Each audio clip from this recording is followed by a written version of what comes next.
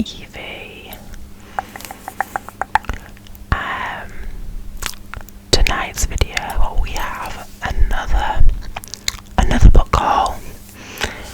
I make quite a lot of book content, so if that is what you are into, then this is the right place for you. Please check out my links below. Follow me on Instagram, add me on Goodreads. Definitely give me a follow on my Bookstagram. If you are a bookworm like me, I love to talk to people about books. So enlighten me, engage with me, entertain me. And also please subscribe. Tonight's book haul, I thought it was like a mini book haul, but I've got quite a decent amount of books to share with you tonight. Most of these books I bought about a week ago. Basically, my boyfriend said to me that I could choose 20 books. I could choose 10 in January and 10 in February, and that he would buy me them. I just won at life. So off we trotted to Waterstones, and he followed me around for hours and held the books that I chose as I browsed. So yeah, I am very lucky, and I'm going to show you the books that I chose. Some of these books, no, like literally most of these books he bought me, just as a little treat. Like, he doesn't do this like all the time, but it was just like a nice little treat that he thought I deserved. So I am very grateful, and I am very excited to show you what I got. We've got a bit of a mixture. I would say most of these are kind of fantasy, but we do have a mixture. So yeah, let's just get in to the video. The first book I am going to show you is Hopeless by Elsie Silver.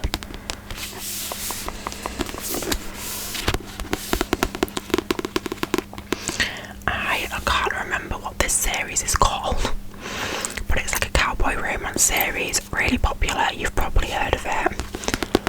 And this is like the newest book. I have all of the books in the series, but I haven't read any of them yet. They are on my TBR list for this year. I definitely want to read them this year. But this was actually in the works for £2.50, so I had to pick it up before like they sold out.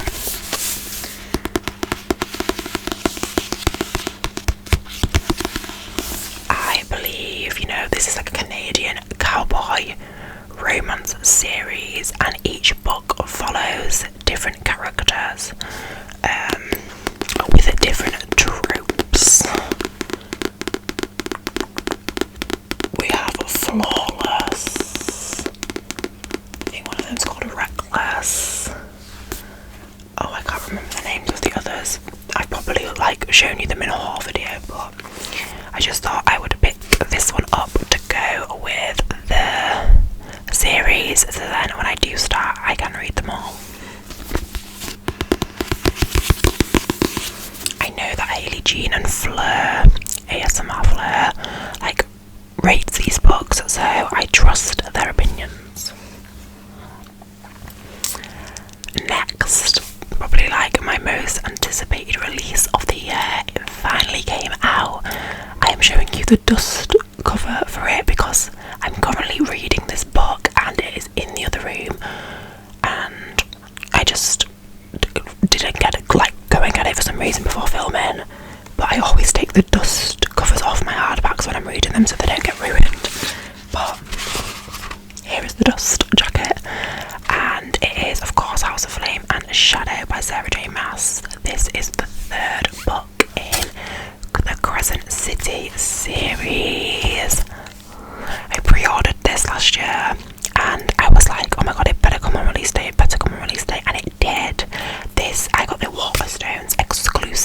edition. So it has like a bonus chapter at the end. So yeah, I am about halfway through and I'm enjoying it. I love the Crescent City series. I gave the first book, House of Earth and Blood, 5 stars. I gave the second, House of Sky and Breath, 4.7. So I am excited to see how this is gonna go.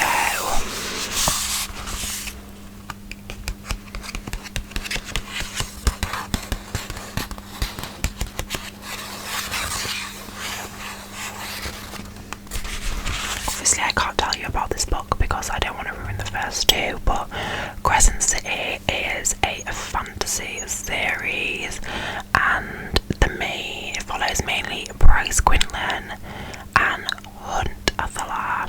He is an angel, she is like a human. Oh, I can't even say because I don't want spoilers, but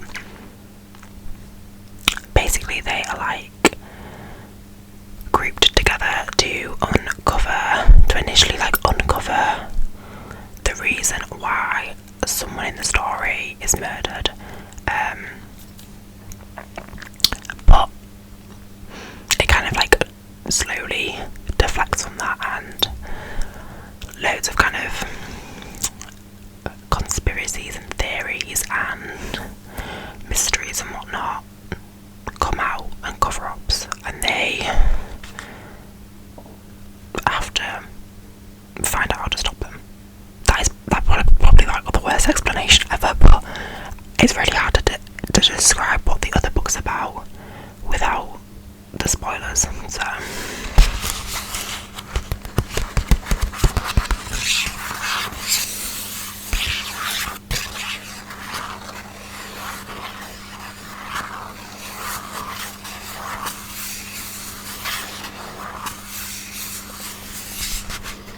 who else is currently reading or has already finished House of Flame and Shadow? I've been so excited for it. Next we have a little bit of something different. My mum got me this as part of my birthday present, and that is The Full Moon Yearbook by Julie Peters, a year of ritual and healing under the light of the full moon. I am a very spiritual being, I would say, and I live cyclically. So I live by the moon, based on the phases of the moon. So when it is a new moon, I really slow down and I don't do much. And when it is a full moon, I focus on limiting beliefs and releasing things that aren't serving me. When it is a waxing crescent or a waxing gibbous moon, I try and I take more action, I use my energy more, and when it is waning, I start to calm down. I will do a full video one day on that way of living, but basically my mum got me this little book and it goes through all the full moons of this year and how to implement those particular moons into daily living. It has yoga practices in, it has affirmations in, it has the history of the namings behind the full moons. It's just a nice little book to go through once a month on the full moon.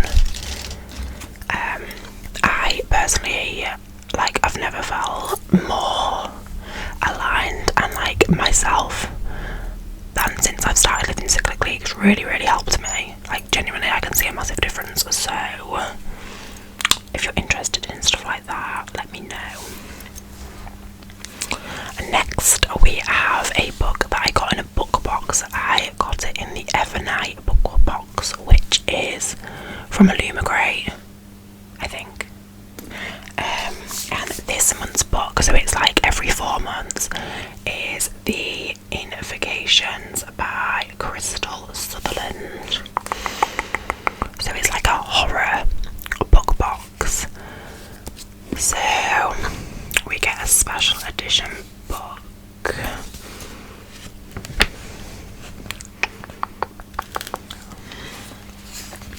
This is the second book that I've received from them. The first book I got was Last to Leave the Room, and I ended up DNFing that, so I hope that I enjoy this book more. 5 women are dead. The killer leaves no fingerprints and no DNA.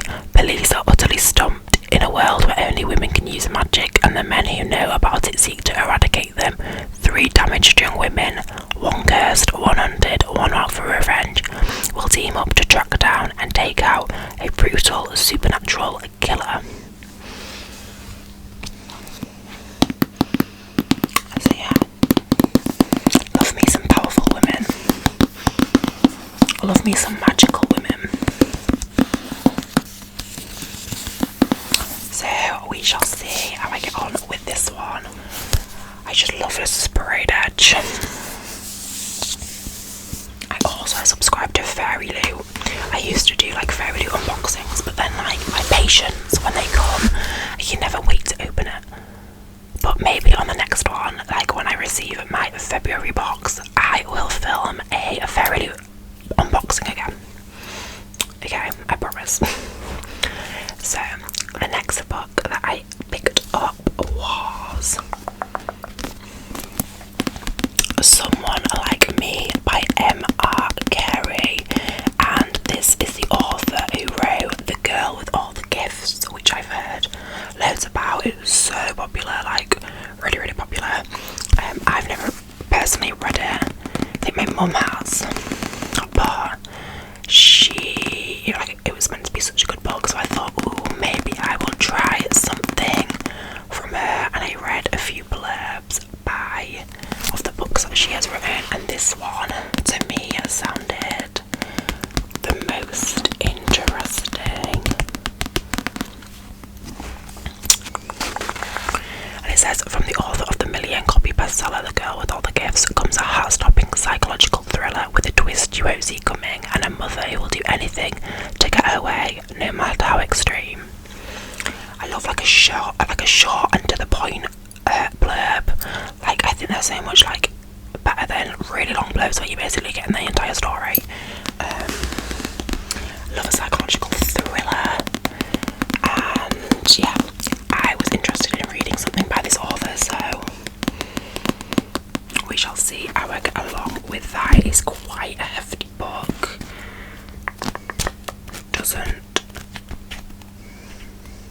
It's like 500 pages, so yeah. The cover, I'm like it. The cover's like bland or whatever, but it's a story that counts. So I shall see how I get on with this book. The next book, again, I've seen some reviews for it, and I feel like all the reviews I've seen have been quite good. So I picked up Still Beating by Jennifer Hartman. Don't know if you've seen this recently, like on Bookstagram. It sounds very creepy, and it says, when Cora Lawson attends her sister's birthday party, she expects at most a hangover or a walk of shame by the end of it. She doesn't anticipate a stolen wallet, leaving her stranded and dependent on her sister's fiance, Dean Asher, her arch nemesis and perpetual thorn in her side. And she doesn't anticipate getting knocked out and waking up chained in a madman's basement, Dean and his own shackles beside her in his own shackles. After 15 years of teasing, insults and never-ending pranks, the ultimate joke seems to be on them. The two people who always thought they'd end up killing each other must now work together if they wanted to survive long enough to escape. But Cora and Dean don't know that their abductor has a plan for them, a plan that will alter the course of their relationship, blur the lines between hate and love, and shackle them to each other long after they are freed from their chains. They're in this together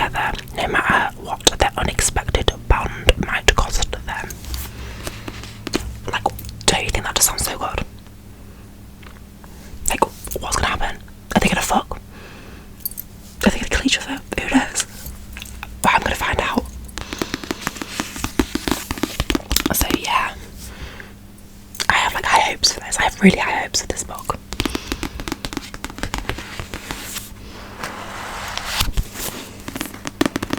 Okay, so next we have The City by Stella Gemmell. I don't know why, because like this cover is so ugly that I liked it.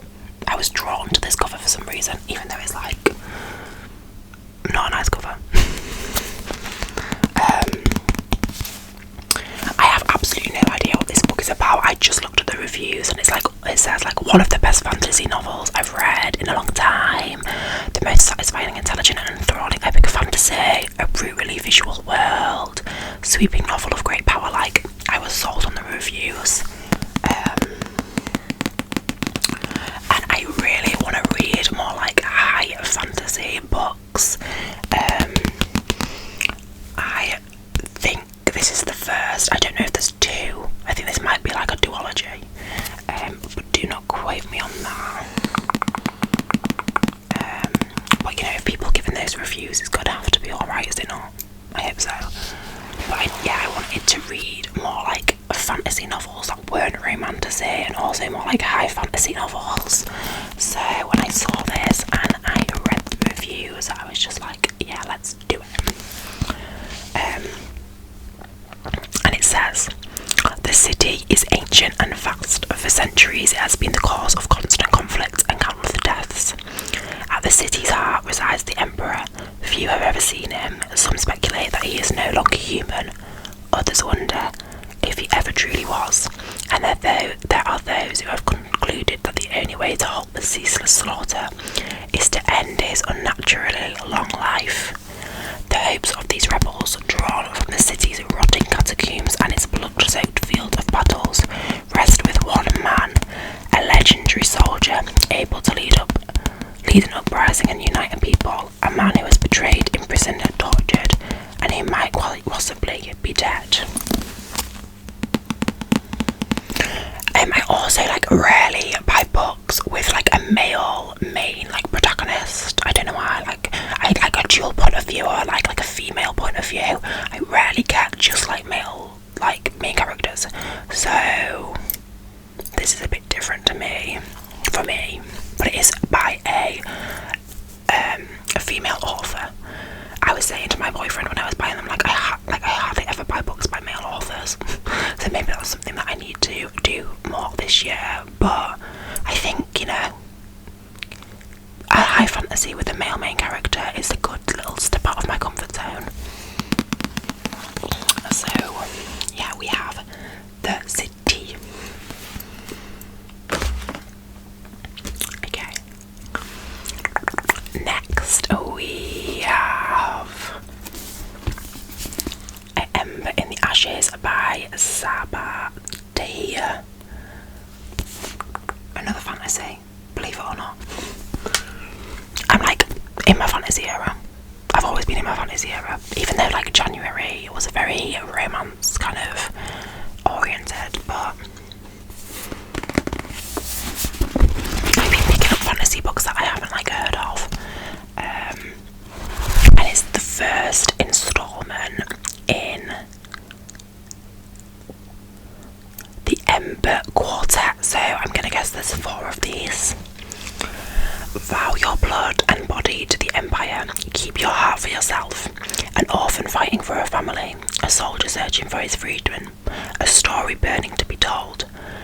Leia is a scholar living under the iron-fisted rule of the martial Empire. When her brother is arrested in the dead of night for treason and a loved one slain, Leia, is it Leia or Leia, must go undercover as a slave as the Emperor's greatest military academy in exchange for assistance from those who claim that they can save her brother from execution. The Academy's finest soldier, Elias, is secretly its most unwilling, but before he can act on the desertion he plans in his heart, he's ordered to participate in a ruthless contest to choose the next martial emperor. When Leia and Elias's paths collide, they will find that destinies are inescapably intertwined, and their choices will rock the future of the very empire they fear. so I only got the first one because I wanted to read this before kind of like committing, which in my last haul, if you saw my last haul, like I would buy like every single book in a series, but I did just buy the first book to see how I get along in this one.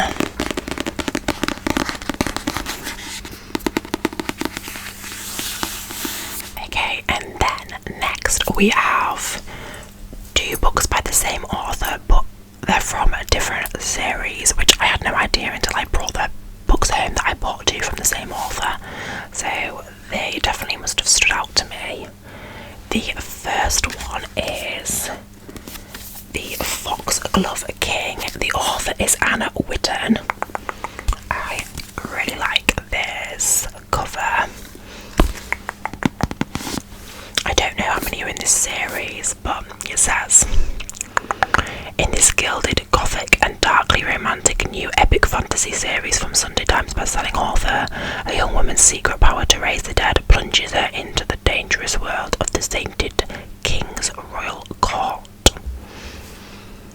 And it's got some good reviews from like Stephanie Garber, Ali Hazelwood, so it sounded like a fun time.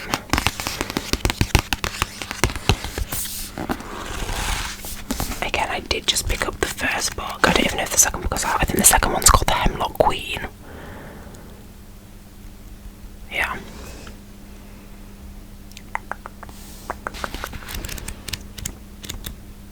Is this the first one? I hope this is the first one. It sounds good.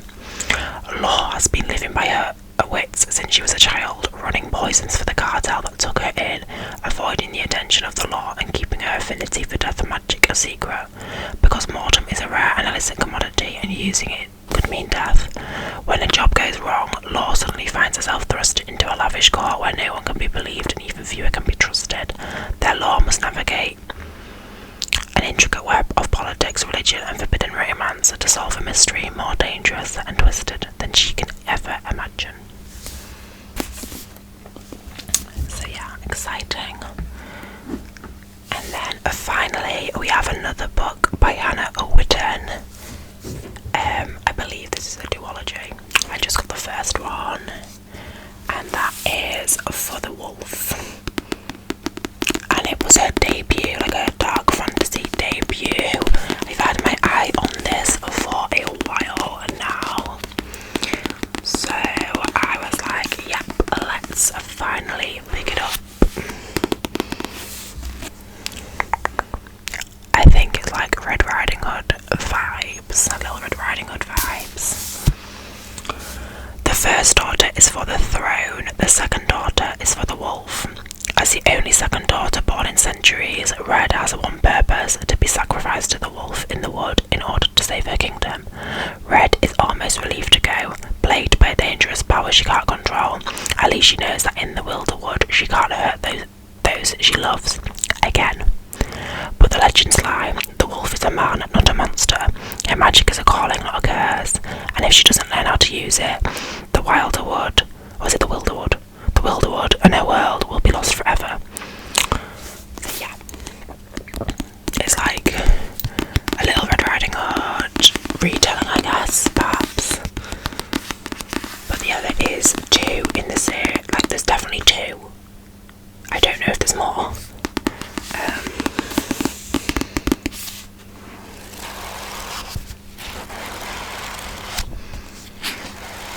I look like a floppy book. Oh, I love that.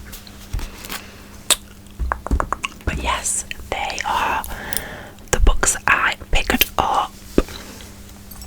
I'm so excited to go on my other little shopping spree in February. There are so many books I wanted to get that they didn't have when I went in last time, and I went in today and they had them, and I was like, typical. So I'm hoping that they still have some of those books next time I go shopping. Have you read any of these books?